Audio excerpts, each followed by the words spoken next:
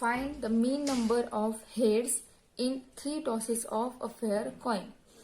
आता काही एक्झाम्पल बघा, ई ऑफ एक्स हा डायरेक्ट सांगितलेला असतो की find expected value variance of x, हे दोन वेगळे वर्ड आहेत आणि एक्सपेक्टेड व्हॅल्यूलाच मीन असं म्हणतात. मग या एक्झाम्पलमध्ये फक्त एक्सपेक्टेड व्हॅल्यूच्या ऐवजी मीन हा शब्द वापरलेला आहे, पण मिनिंग तेच आहे. आपल्याला ई ऑफ एक्सच फाइंड करायचं आहे. ठीक आहे, त्यामुळे कन्फ्युजन करून घ्यायचं नाही अजिबात. फक्त वर्ड वेगळा आहे, बाकी मिनिंग सेम आहे. फक्त दोन त्याच्या वेगवेगळे स्टेटमेंट जे वर्डिंग केलेलं आहे. एकदा एक्सपेक्टेड व्हॅल्यू हे मेन्शन केलं असणार असेल एक्झाम्पलमध्ये, किंवा काही एक्झाम्पलमध्ये मीन हा शब्द वापरलेला असेल ई ऑफ एक्स ऐवजी. ठीक आहे, आता एक्झाम्पल काय आहे, find the mean number of heads in 3 tosses of fair coin. एक कॉइन 3 टाइम टॉस केला आहे, तर तो 3 टाइम टॉस केल्यानंतर आपल्याला जे आउटकम मिळणार आहे म्हणजे सॅम्पल स्पेस जो मिळेल, तो सॅम्पल्स मिळाला आपल्याला रॅन्डम व्हेरिएबल या ठिकाणी मेन्शन केलं. रॅन्डम व्हेरिएबल काय आहे, तर number of heads when 3 coins are tossed. आपल्याला नंबर ऑफ हेड काउंट करायचे आहेत ज्यावेळेला आपण 3 कॉइन टॉस करतो त्यावेळेला. नंबर ऑफ हेड काउंट केल्यानंतर जो आपल्या रॅन्डम व्हेरिएबलच्या व्हॅल्यूज मिळतील त्या व्हॅल्यूची प्रोबॅबिलिटी पण फाइंड करायची. तो प्रोबॅबिलिटी फाइंड केल्यानंतर आपल्याला ई ऑफ एक्स मिळणार आहे. ठीक आहे, तर स्टार्टिंगला आपण एक्सपेरिमेंट केल्यानंतर जो आपल्याला सॅम्पल स्पेस मिळेल तो सॅम्पल स्पेस स्टार्टिंगला लिहूयात. तर बघा, when 3 coin are tossed the sample space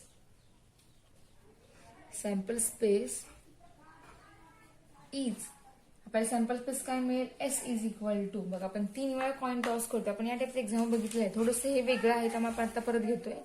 इथे फक्त एक्स्ट्रा काय आहे, आपल्याला मीन फाइंड करायचं आहे. बाकी प्रॉबिलिटी जेव्हा फाइंड केली आहे आधीच्या एक्झाम्पलमध्ये, आपल्याला आउटकम काय मिळतील, तर स्टार्टिंगला टॉस केला आपण, 3 कॉइन टॉस केले, 3 टाइम आपल्याला हेड मिळेल. Then we get 2 time head and 1 time tail. Then again we get 1 time tail and 2 time head. Then 1 time tail or 1 time head, second time tail and third time head. Then 1 time head and 2 time tail. Then T H T T T H and last 3 time tail. हे आपले possible outcome आहेत. यापेक्षा वेगळा आपल्याला कुठलाही outcome मिळणार नाही. म्हणजे पॉसिबिलिटी जी आहे ती आपण या ठिकाणी लिहिलेली आहे, त्याला आपण म्हणतो सॅम्पल स्पेस. ठीक आहे, आणि तोच आपल्याला एन ऑफ एस किती आहे, म्हणजे number of element in sample space किती आपल्याला मिळालं आहे, 8. कारण आपल्याला ही व्हॅल्यू प्रोबॅबिलिटी फाइंड करताना लागणार, त्यामुळे ती व्हॅल्यू आपण स्टार्टिंगलाच फाइंड करून त्या ठिकाणी मेन्शन करायची. ठीक आहे, आता आपण रॅन्डम व्हेरिएबल काय दिलाय तो आपण त्या ठिकाणी मेन्शन करूया. So let x with the number of heads when 3 coins are tossed. 3 वेळा कॉइन टॉस केल्यानंतर हेड किती मिळतील ते आपल्याला हेड काउंट करायचे आहेत. ठीक आहे, so then x can take values काय काय मिळतील बघा. या ठिकाणी बघा किती हेड आहेत, 3, 1 2 3. इथे किती हेड आहेत, 2. इथे हेड किती आहेत, 2. इथे हेड किती आहेत, 2. इथे हेड किती आहेत, 1 आणि लास्ट 0. म्हणजे आपल्या एक्स व्हॅल्यूज आपल्याला काय मिळाल्या, आपण या ठिकाणी डबल व्हॅल्यू घेत नाही. आपण डायरेक्ट सेट लिहूया एक्सचा. एक्स इक्वल टू इन सेटमध्ये काय होतात, तर रिपीट व्हॅल्यूज कधीही लिहायचा. रिपीट लेटर किंवा रिपीट नंबर तो कधीही सेटमध्ये येत नाही. तो सेटचा रूलच आहे, कोणताही रिपीट नंबर किंवा रिपीट लेटर ते सेटमध्ये लिहायचं नाही. त्यामुळे आपल्याला पॉसिबल व्हॅल्यूज एक्स्ट्रा कुठल्या मिळाल्या, कोणत्या मिळाल्या बघा, 0 1 2 and 3. सो 0 1 2 3. हेड काउंट केल्यानंतर आपल्याला रॅन्डम व्हेरिएबलच्या व्हॅल्यूज काय काय मिळाले, तर 0 1 2 3 ह्या व्हॅल्यू मिळाल्या. ठीक आहे, आणि त्या प्रत्येकासाठी प्रॉबिलिटी फाइंड करूया आपण. ठीक आहे, so P of x is equal to 0.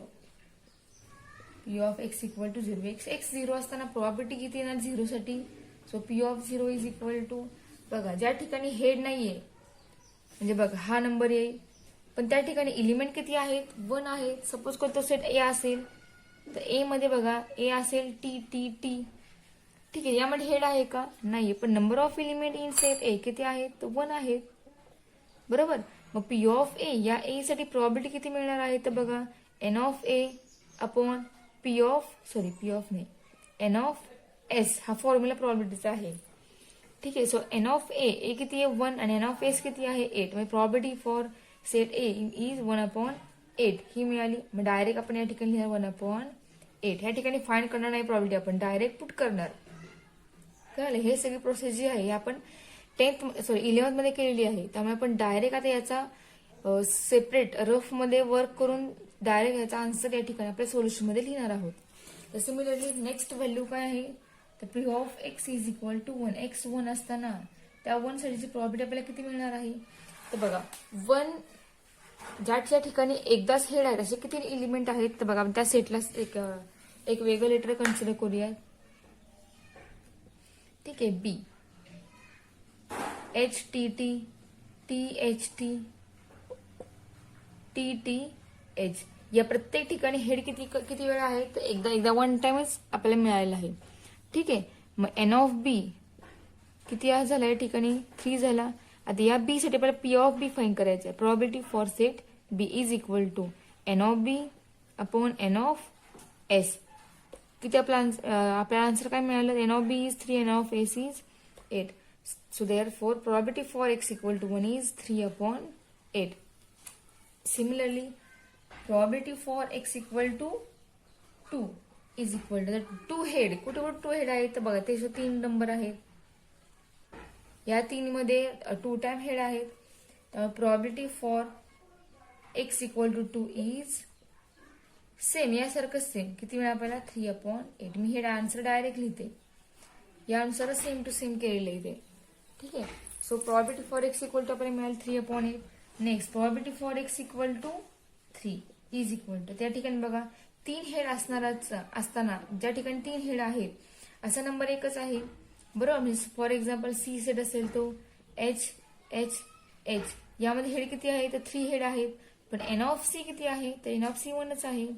So probability for set C is equal to N of C upon N of S is equal to 1/8. So probability for x equal to 3 is equal to 1/8. ठीक आहे. आता probability find केली आपण. आता find करायचंय काय? आपला question काय आहे? आपल्याला मीन फाइंड करायचंय. फाइंड द मीन. ठीक आहे. आता आपण हेड साठी प्रत्येकाची हेड काउंट केली, त्यानंतर प्रत्येकासाठी प्रॉबिलिटी फाइंड आउट केली. आता प्रॉबिलिटी फाइंड केल्यानंतर आता आपण लास्ट क्वेश्चन म्हणजे क्वेश्चनचा आन्सर फाइंड करायचं राहिलं आहे ते आहे आपल्याला फाइंड करायचं आहे मीन. मीन म्हणजेच E of x is equal to E of x means summation of X I into P I. Okay. आणि पी आय म्हणजेच काय आहे? तो पी ऑफ एक्स आय असतो तो. ठीक आहे.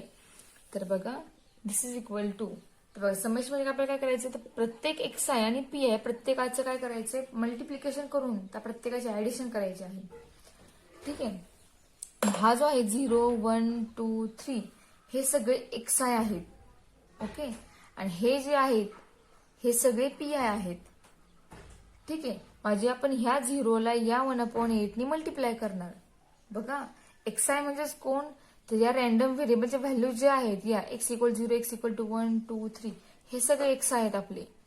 ठीक आहे. आणि ते पुट केलं त्यासाठीची प्रत्येकासाठी आलेली प्रॉपर्टी जी आहे तो सगळा आहे आपला पी आय. पूर्ण हा सगळा आपला पी आय आहे. तर आपण फाइंड कसे करणार? X I into P I. So x1 किती? एक्स आय म्हणजे फर्स्ट आयची व्हॅल्यू आपण 1 जर घेतली तर x1 किती आहे? 0. आणि x1 असताना p1 किती? x1 0 असताना p1 किती आलेला आहे? 1/8 प्लस सिमिलरली सेकंड x2 किती आहे? 1. आणि 1 असताना p2 किती आलेला आहे? 3/8. नेक्स्ट x3 2 असताना p3 किती आला आहे? 3/8 प्लस x4 3 असताना p4 किती आला आहे? 1/8. ठीक आहे. सो आता 0 × 1/8 0. 1 into 3/8, 3/8. 2 into 3/8, आपल्याला किती मिळेल? आता 8 जो आहे तो बेस आपण तोच ठेवूयात. ठीक आहे. काय कॅन्सल वगैरे काही करायची गरज नाही, कारण लास्टला परत आपल्याला बेस सेम करायचा आहे, त्याचा तो परत बेस आपल्याला परत सेम करावा लागेल. त्यासाठी आधीच बेस जो सेम आहे तो सेमच ठेवूयात, तो कुठेही कॅन्सल करायला नको. 2 into 3, 6/8 plus last 3/8. This is equal to 0 cancel, 3/8, 6/8, 3/8. प्रत्येकाचा बेस सेम आहे, त्यामुळे 3 प्लस 6 प्लस 3 या तिघांचे ऍडिशन होईल, त्याचा बेस कॉमन 8 राहील.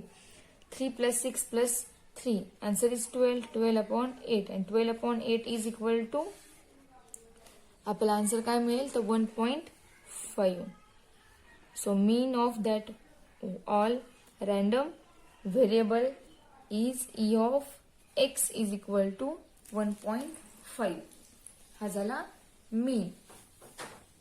ठीक आहे. एक्झाम्पल सोपी आहेत, अवघड नाहीत. फक्त तुम्हाला एक्सपेरिमेंट रॅन्डम व्हेरिएबल कोणतं आहे, रॅन्डम एक्सपेरिमेंट काय सांगितलेलं आहे, त्यानंतर रॅन्डम व्हेरिएबल वरून आपल्याला प्रॉबिलिटी फाईंड करता आली पाहिजे. प्रॉबिलिटी फाईंड केल्यानंतर मग ह्या मीन वगैरे तुम्ही ते फाईंड करू शकता. त्याचे काही स्पेसिफिक फॉर्म्युले आहेत, तर तुम्हाला स्टार्टिंगला ह्या सगळ्या व्हॅल्यूज आहेत त्या फाईंड करता आल्या पाहिजेत.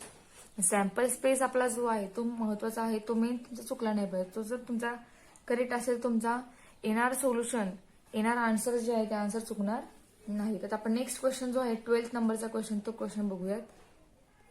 क्वेश्चन बघा आहे 12th number question. 2 dice are thrown simultaneously. If x denote the number of sixes, find the expectation of x. आता या ठिकाणी बघा, आपल्याला या ठिकाणी एक्सपेक्टेड व्हॅल्यू ऑफ एक्स करायची, त्याला वेगळ्या पद्धतीने वर्ड वापरले, एक्सपेक्टेशन ऑफ एक्स. म्हणजे आपल्याला ई ऑफ एक्स फाईंड करायचं आहे. ठीक आहे. म्हणजे आपल्याला मीन फाईंड करायचं आहे. त्यासाठी आपल्याला सॅम्पल स्पेस फाईंड करावं लागेल. सॅम्पल स्पेस फाईंड केल्यानंतर सॅम्पल रॅन्डम व्हेरिएबल या ठिकाणी काय दिलं आहे तर रॅन्डम व्हेरिएबल ओळखावं लागेल. रॅन्डम व्हेरिएबलच्या व्हॅल्यूसाठी आपली येणारी प्रॉबिलिटीच्या प्रत्येक व्हॅल्यूसाठी येणारी प्रॉबिलिटी पण फाईंड करावी लागेल. आणि प्रॉबिलिटी फाईंड केल्यानंतर मग लास्टला आपल्याला ई ऑफ एक्स फाईंड करता येईल. ठीक आहे. तर आपण रॅन्डम एक्सपेरिमेंट काय आहे तर 2 डायस आर थ्रोन. आपण 2 डायस थ्रो करणार आहोत. तर एका डायसवर नंबर किती असतात, 1 to 6 पण नंबर एका डायसवर असतात. सेकंड डायसवर आपण 1 to 6 नंबर सेकंड डायसवर, आपण at a time 2 dice throw करतोय, म्हणजे एकाच वेळेला आपण 2 डाय थ्रो करणार. तर आपल्याला दोन्ही डायवरचे आउटकम या ठिकाणी मेन्शन करावे लागणार. आणि त्यानंतर त्यातले पण नंबर 6, म्हणजे 6 आपल्याला प्रत्येक पेअरमध्ये 6 आपल्याला मिळतोय, ह्यासाठी आपल्याला रॅन्डम व्हेरिएबल फाईंड करायचं. म्हणजे रॅन्डम व्हेरिएबल या ठिकाणी काय आहे तर काय आहे तर नंबर ऑफ सिक्सेस. ठीक आहे. म्हणजे आपल्याला नंबर ऑफ सिक्सेस फाईंड करायचे, काउंट करायचे आहेत. ठीक आहे. 2 डायस थ्रो केल्यानंतर. ठीक आहे. स्टार्टिंगला आपण रॅन्डम एक्सपेरिमेंट वरून येणारा सॅम्पल स्पेस लिहूयात. बघा, when 2 dice are thrown. When 2 dice are thrown, the sample space is, the sample space S is equal. आपल्याला काय काय सॅम्पल स्पेस आहे, सॅम्पल स्पेस आपण स्टार्टिंगला या ठिकाणी नोट डाऊन करूया. आणि त्यानंतर तुम्हाला कळेल की आपण रॅन्डम व्हेरिएबल कशा प्रकारे फाईंड करणार आहे. सॅम्पल स्पेस आपल्याला काय मिळेल तर आपण 2 डाय थ्रो केल्यानंतर आपल्याला काय मिळणार आहे तर बघा, दोन्ही डायवरती 1-1 आला असेल तर पहिला पेअर आली 1-1. पहिल्या डायस वरती 1 कॉन्स्टंट असेल, सेकंड डायस चेंज झाला 2 आला. Similarly 1, 3, 1, 4, 1, 5 and 1, 6. कारण डायसवर 6 पर्यंत नंबर असतात, 6च्या पुढचा नंबर हा डायसवर नसतो, 1 to 6 नंबरच फक्त डायसवर असतात. त्यामुळे पहिला डायस कॉन्स्टंट राहिला आहे 1, त्यावेळेला दुसऱ्या डायसवरती 1 to 6 पर्यंत नंबर चेंज झाले, पॉसिबिलिटी आहेत.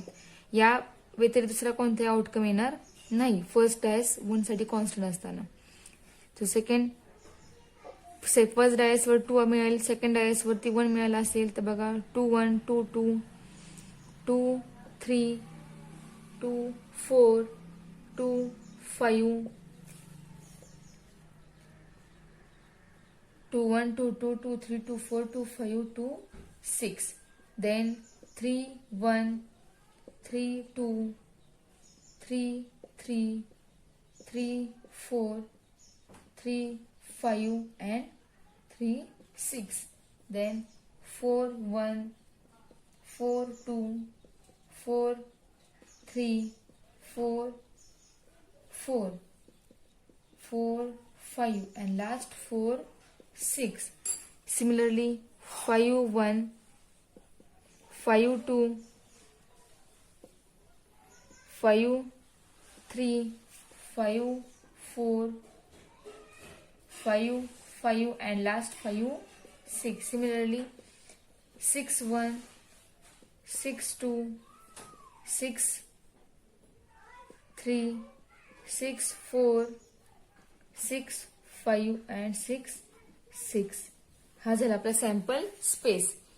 आता हेच अशा प्रकारे ह्याच्या व्यतिरिक्त दुसरा कोणते आपल्याला आउटकम मिळणार नाही. ज्यावेळेला आपण 2 डाय थ्रो करणार आहोत त्यावेळेला यातीलच काहीतरी आपल्याला आउटकम मिळतील. हे पॉसिबल आउटकम आहे. ते एक्सपेरिमेंट रॅन्डम एक्सपेरिमेंट केल्यानंतर येणारे. मग आता एन ऑफ एस आपल्याला काय मिळालं या ठिकाणी तर बघा काउंट करूयात. तर बघा हा पूर्ण तुम्ही प्रत्येक पेअर काउंट करा. अशा आपल्याला 36 पेअर मिळतील. ठीक आहे. आपल्याला एन ऑफ एस मिळाला 36. आता आपण रॅन्डम व्हेरिएबल दिले का रॅन्डम व्हेरिएबल बघूयात आणि त्यानंतर मग आपला प्रत्येक व्हेरिएबलसाठी प्रत्येक व्हॅल्यूसाठी आपण प्रॉब्लेम डिफाइन करूयात. So let X denote the number of sixes when 2 dice are thrown. The number of success when 2 dice are thrown. 2 die throw केल्या 6 आपल्याला जे मिळतील ते आपल्याला काउंट करायचे आहेत. ठीक आहे. सो बघा आता देन आपल्याला किती व्हॅल्यू मिळते बघा. एक्सच्या पॉसिबल व्हॅल्यू आपल्याला काय काय मिळते ते एक्स इक्वल टू पॉसिबल म्हणजेच आपल्याला त्याच्या व्यतिरिक्त दुसरे कोणतेही व्हॅल्यू मिळणार नाही. तर बघा आपल्याला काय मिळेल. या ठिकाणी 6 नंबर आहे का आपल्याला नंबर 6 काउंट करायचा आहे. मग प्रत्येक पेअर मध्ये एकातरी ठिकाणी 6 मिळाला पाहिजे. म्हणजे दोन्ही पैकी 2 डायस पैकी एका डायसवर तरी आपल्याला 6 मिळालाच पाहिजे. ठीक आहे. मग इथे 6 आहे का तर नाही. 0. इथे 6 आहे का नाही. इथे 6 आहे का नाही. इथे 6 आहे का नाहीये. आहे का या ठिकाणी इथे आहे का आहे. एकदा आहे. म्हणजे इथपर्यंत 0 टाइम्स 6 होते. या ठिकाणी एकदा आपल्याला 6 मिळाला. ठीक आहे. परत या ठिकाणी बघा 6 आहे का नाहीये. 6 आहे का नाही. 6 आहे का नाहीये. या ठिकाणी 6 नाहीये. इथे 6 आहे. किती वेळ आहे पण एकदा आलेला आहे. ठीक आहे. सिमिलरली इथे 6 आहे का नाहीये. डायरेक्ट लास्टला या नंबर ठिकाणी 6 म्हणजे या ठिकाणी 6 मिळाला आहे. या ठिकाणी एकदा 6 आलेला आहे. या ठिकाणी एकदा 6 आलेला आहे. अजून या ठिकाणी एकदा 6 आहे. देन इथे एकदा 6 आहे. इथे एकदा आहे. इथे एकदा आहे. इथे एकदा आहे. इथे एकदा आहे. इथे एकदा. इथे किती आहे 2 टाइम्स 6 आहे. आणि 1 टाइम 6 सोडून ज्या ठिकाणी 6 नाहीच आहे त्या ठिकाणी किती 6 आहे तर 0 6 आहेत. म्हणजे एक्सची फर्स्ट व्हॅल्यू मिळाली आपल्याला 0. समजलं का बघा. ज्या ठिकाणी 6 नाही त्या ठिकाणी 6 साठी व्हॅल्यू मिळाली 0. कारण तिथे 6च नाहीये. जसे आपण हेड काउंट केले होते 1 2 3 पर्यंत ज्यावेळेला 3 कॉइन आपण टॉस केले आणि हेड काउंट केले त्यावेळेला आपला ज्या ठिकाणी हेड आपल्याला मिळालाच नाही टी तिन्ही टाइम आपल्याला 10 मिळाले त्यावेळेला 0 व्हॅल्यू मिळाली होती. सिमिलरली आपण 2 डाय थ्रो केल्या 6 कुठेच ज्या ठिकाणी 6 मिळाला नाही त्या ठिकाणी आपल्याला 6 काउंट किती झाले तर 0 झाले 6 काउंट. म्हणजे पहिली एक्सची व्हॅल्यू झाली 0. ठीक आहे. आता इथे नोट त्या ठिकाणी अंडरलाईन केली आहे. त्या प्रत्येक ठिकाणी 6 किती टाइम आहे तर 1 टाइम 6 आहे.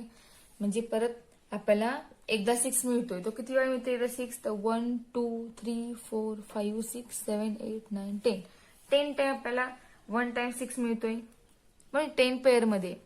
ठीक आहे. आता 1 झालं 2 वेळा 6 कुठे येत आहेत तर बघा असं एकच नंबर एका ठिकाणी आपल्याला 2 वेळा 6 मिळत आहेत 2 टाइम. ठीक आहे. मग या ठिकाणी 2 लिहूया. म्हणजेच 0 1 2 सोडून आपले 6 अजून कुठेही काउंट होत नाहीयेत. म्हणजेच 0 6 आहेत. काही पेअरमध्ये 1 6 आणि काही पेअरमध्ये एका पेअरमध्ये 2 6 आहेत. ठीक आहे. म्हणजे एक्सच्या व्हॅल्यू झाल्या 0 1 2. हे तुम्हाला समजलं असेल. तुम्ही कॉइन वरून हे एक्झाम्पल समजून घ्यायचा प्रयत्न करा. कॉइन टॉस केल्यानंतर आपण जसे हेड काउंट केले त्याचनुसार आपण या ठिकाणी 6 काउंट केलेले आहेत. त्याच्यात आपल्याला एक्सची व्हॅल्यू मिळाली 0 1 2. ठीक आहे. आता बघा तुम्हाला चांगल्या प्रकारे समजेल. आता एक्सची आपण व्हॅल्यू 0 घेऊया आणि त्याचा सेट लिहूया. ठीक आहे. So when x equal to 0 then X equal 0 म्हणजेच काय अशी पेअर की ज्या पेअरमध्ये 6च नाही, अशा पेअर कोणत्या कोणत्या आहेत ते बघा. आपण त्या पेअर लिहूयात. एक्स इक्वल टू बघा या ठिकाणी बघा तुम्ही सॅम्पल स्पेस लिहिला आहे इथे. सॅम्पल स्पेस वरूनच मी हा सेट लिहिते 0 असताना. तर पहिली पेअर 1 1, इथे 6 नाहीये. देन 1 2, या ठिकाणी पण 6 नाहीये. Then 1 3, then 1 4, 1 5 2 1. बघा मी 6 असलेला नंबर इथे लिहिला नाहीये. 6 ज्या ठिकाणी मिळालाच नाही अशा फक्त पेअर ह्या सेटमध्ये आलेल्या आहेत. 2 1 2 2 2 3 2 4 2 5, then 3 1 3 2 3 3 3 4 3 5, then 4 1 4 2 4 3 4 4 and 4 5, and last 5 1 5 2 5 3 5 4 and 5 5. ठीक आहे. म्हणजे अशी आपण पेअर या ठिकाणी लिहिली की त्या पेअरमध्ये एकाही ठिकाणी 6 नाहीये. अशा पेअर आपण या सेटमध्ये लिहिल्या. आपल्याला प्रोबॅबिलिटी फाइंड करायची आहे, तर आपल्याला त्या ठिकाणी आपल्याला सेटमध्ये किती व्हॅल्यूज आहे, किती पेअर आहेत ते आपल्याला फाइंड करता आल्या पाहिजे. म्हणजे हा आपण एक सेट कन्सिडर केला आहे. आता आपल्याला एन ऑफ एक्स फाइंड करायचं आहे आणि पी ऑफ एक्स फाइंड करायचं आहे. ठीक आहे. तर आपल्याला काय मिळतोय ते आता एन ऑफ एक्स या ठिकाणी किती आलेलं आहे तर काउंट करूया आपण. ह्या पेअर किती आहे ते पेअर काउंट करून बघा. आपल्याला या ठिकाणी एकूण 25 पेअर मिळाले आहेत. ठीक आहे. आता या पेअरचा या एक्स साठीचा पी ऑफ एक्स किती आहे तो आपल्याला फाइंड करायचं. P of x is equal to, छोटा सेटचा असेल तर आपण direct P of x find करतो प्रत्येक रॅन्डम व्हेरिएबलसाठी. पण या ठिकाणी आपला हा सॅम्पल स्पेस खूप मोठा आहे म्हणून आपण 0 साठी हा सेट लिहिला आणि त्यानंतर आपण त्या 0 साठी प्रोबॅबिलिटी फाइंड करणार आहोत. तर काय येणार आहे तर N of X upon N of S. N of x किती आहे 25, एन ऑफ एस किती आहे 36. ठीक आहे. म्हणजे आपल्याला या एक्स साठी या सीटसाठी प्रोबॅबिलिटी मिळाली 25 अपॉन 36. ठीक आहे. तर हे मी रफ करते. या ठिकाणी पुन्हा आपण 1 साठी प्रोबॅबिलिटी फाइंड आउट करूया. तर बघा व्हेन एक्स इक्वल टू 1, म्हणजेच आपल्याला 1 टाइम्स 6 कोणत्या कोणत्या ठिकाणी कोणत्या कोणत्या पेअर मध्ये मिळाले ते आपल्याला फक्त या ठिकाणी पेअर लागणार आहे. तर बघा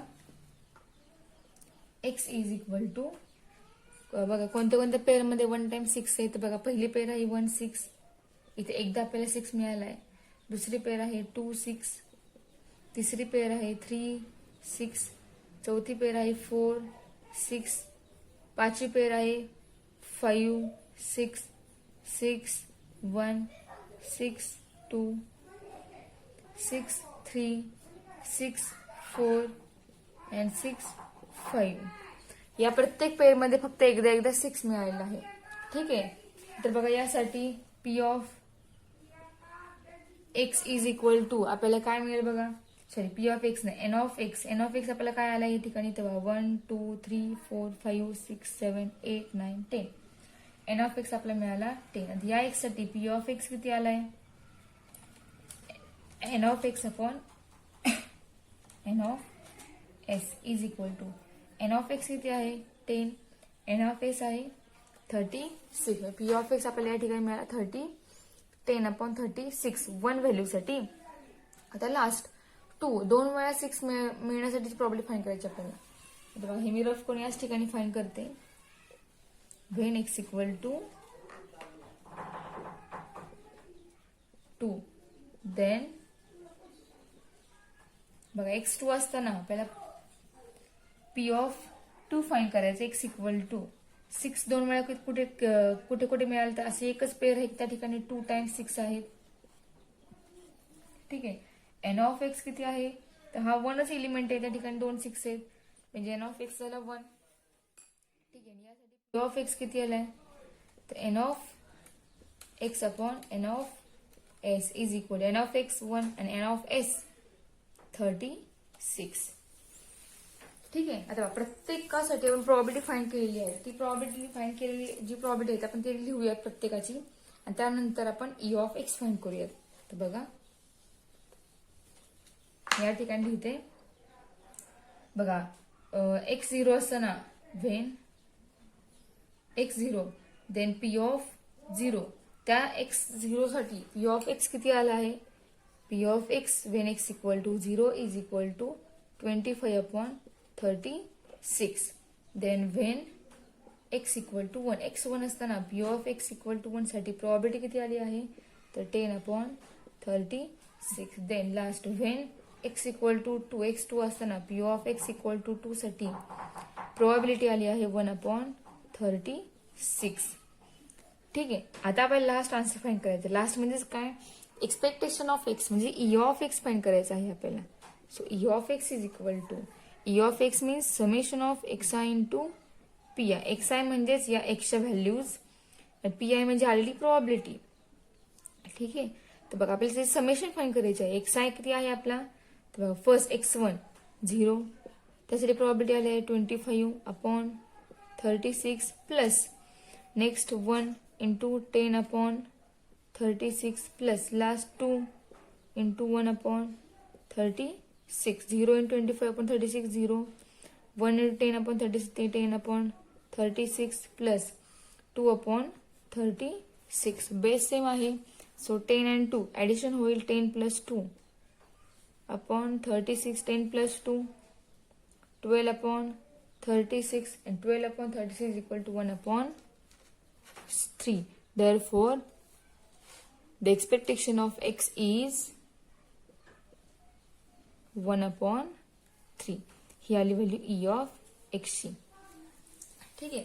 त्यातली एक्झाम्पल्स खूप सोपी आहे. फक्त तुम्हाला रॅन्डम एक्सपेरिमेंट वरून तुम्हाला सॅम्पल्स पे लिहिता आला पाहिजे. सॅम्पल्स पे लिहिल्यानंतर रॅन्डम व्हेरिएबल कोणते तरी रॅन्डम व्हेरिएबल तुम्हाला ओळखता आलं पाहिजे आणि प्रोबॅबिलिटी फाइंड करता आली पाहिजे. त्यानंतर मग जो ई ऑफ एक्स असेल, व्ही ऑफ एक्स असेल, व्हेरियन्स ऑफ एक्स असेल तो तुम्हाला फाइंड करता आला पाहिजे. ठीक आहे. आपला चॅप्टर जो आहे 7 चॅप्टर प्रोबॅबिलिटी डिस्ट्रीब्यूशन तो संपलेला आहे.